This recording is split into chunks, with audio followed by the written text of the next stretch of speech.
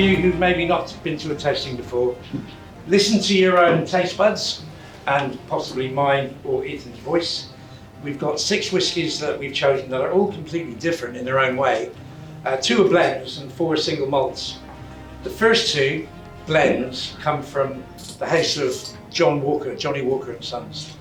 And in a way, they're both a tribute to 2 things, the art of blending and the art and skill of the master blender, a guy aptly named Jim Beveridge, OBE, who retired, I think it was about 18 months ago now, after 40 years in the industry.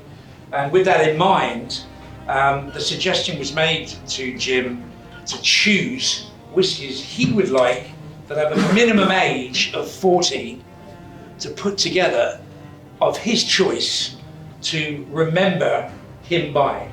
And with that, he chose around about 8 distilleries that he enjoyed working with.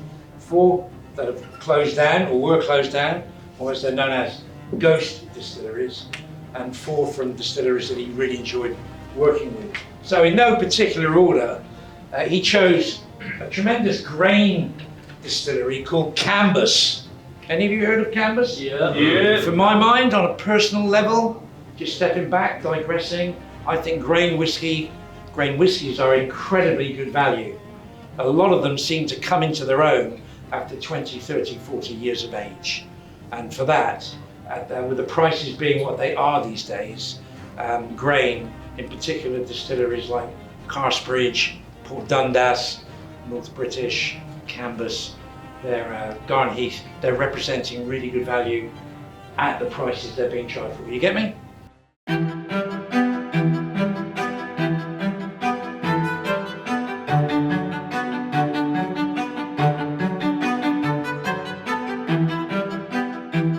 This whiskey was laid down in 1966.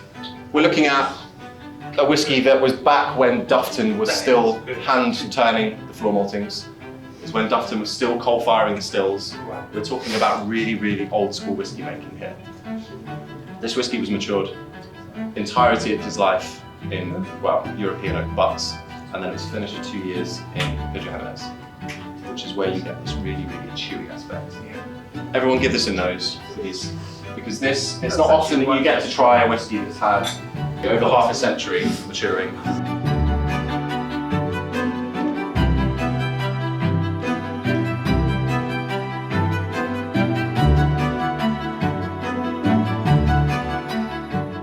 So we are halfway through the Diageo tasting here. We started off with 2 seriously old Johnny Walkers blended by Jim Beveridge, 40 and 48-year-old respectively, and seriously impressive drams, and comparing them quite different. Now we've moved on to 3 single malts from Singleton. So first 2 Glenors, and now a 54-year-old Dufton, which is the oldest whiskey that Diageo has ever released.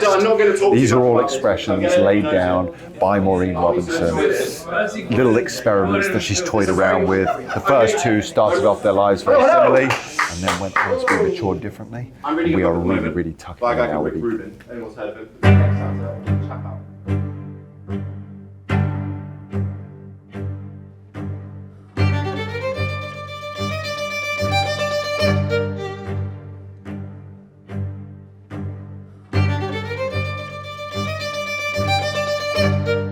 So the other thing I should mention is, you've got different kinds of whiskey for different kinds of people with different kinds of wallets.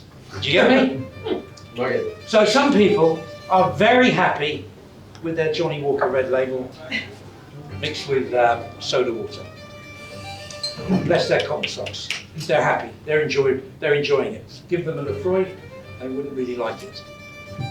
Now, as you move up the ladder, you get to what we loosely call luxury, and this is people who've done well in life, who've got enough money to spend to treat themselves to something really special. Does that make sense? Have you ever done that? Have you ever bought something that you think, I deserve that?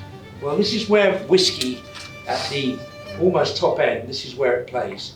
So that means, like a wine needs a great glass, like a regal glass, a whiskey needs good glass for it to be shown off. So this is in Baccarat glass.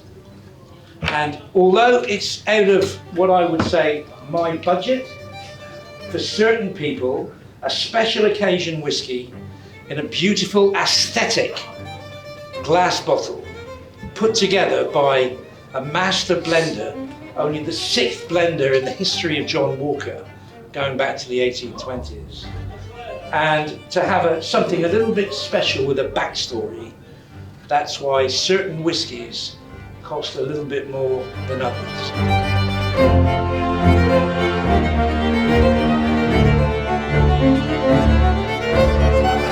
So we're coming towards the end of the Diageo tasting, and this 54-year-old Dufftown is sticking with me. Those rich, thick, sticky dates just singing from the glass, and it's amazing to think that this is the oldest expression that Diageo has ever released.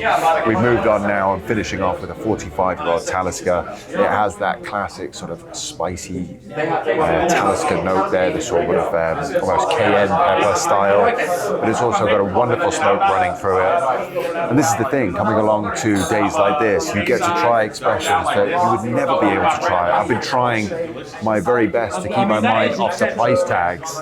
We've tried drams that are £25,000 a bottle. You know, this Talisker, nearly £4,500 a bottle.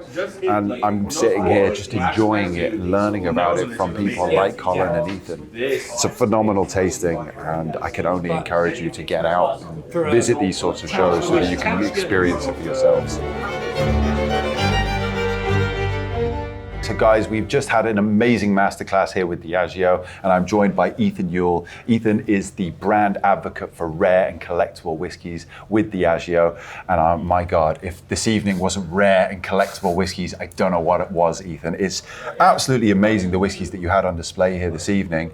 Tell me, as somebody sort of quite young, involved in Diageo, getting to try these whiskies, how much of a pleasure is it for you to sort of share them with rooms full of people like this evening? I mean, it's amazing. I always say to people, I've got the best job in Diageo. I get to talk about whiskey, I get to drink whiskey, I get to share whiskey.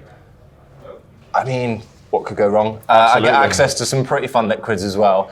No, it's great. And honestly, I mean, Colin always has this thing, Colin Dunn, who is co-hosting, always says that whiskey's a conversation, and I always say this to people as well, whiskey never tastes the same when you're on your own. Yes. Right, so it's always so fun and so interesting, and also to get different people's points of view from different backgrounds, different flavour palettes. Everyone's got different taste buds. So it's really interesting to hear different people's point of view, different stories, and part of what I do is I curate lists for people and help, whether it be a bar, a restaurant, a private individual, find that whiskey that really means something to them, whether it be a meaningful vintage or a specific distillery that they visited a long time ago and, I don't know, got engaged at. Right. Part of my role is to help them source those whiskies, and it actually gives me a lot of pleasure when they go, right, that's the one, I found it. Bringing nostalgia to life almost. Yeah, exactly that. It's storytelling, Absolutely. 100%. It's more about, it's not always about what's in the bottle, it's about the story behind it as well. Fantastic. It sounds like a true pleasure of a job. But for this evening, it was about what was in the bottle. And my 100%. God, did we have an incredible tasting. Thank you so much for leading us through that with Colin.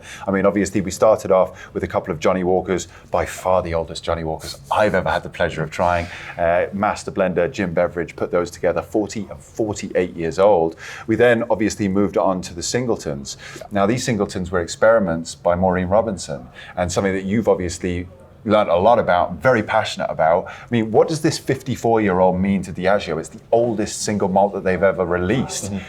How does that feel to be showcasing that to anybody? I mean, it's nuts, I'm not going to lie. It's crazy, it's right? not the sort of thing that you get to crack open and share with people, and I have to say, it's actually probably the first kind of public tasting that I've ever done with the Singleton 54. Wow. I mean, this is, as you say, it's the oldest bottle that Diageo has ever released. It's also really special to just, I think generally, it's not often that you find a whiskey that's been maturing for over half a century. It also takes you back, it's about, we were talking about the storytelling, it's the heritage, this is from Dufton back when it was floor malted, everything was done by hand, coal-fired stills. It's really like a special distillery, and obviously the liquid speaks for itself. I mean, it's absolutely phenomenal. It's such small quantities, and actually getting your hands on one is a really tough gig.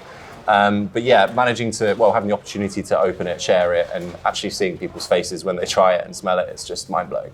Yeah. It's nice to see a room light up when you open a bottle like that. Definitely. Yeah. I've had the rare privilege of trying old Talisker before. This evening, Talisker 45 is how we finished off, and my God, that was delicious. But I think this is the one that's going to sit with me for a very long time.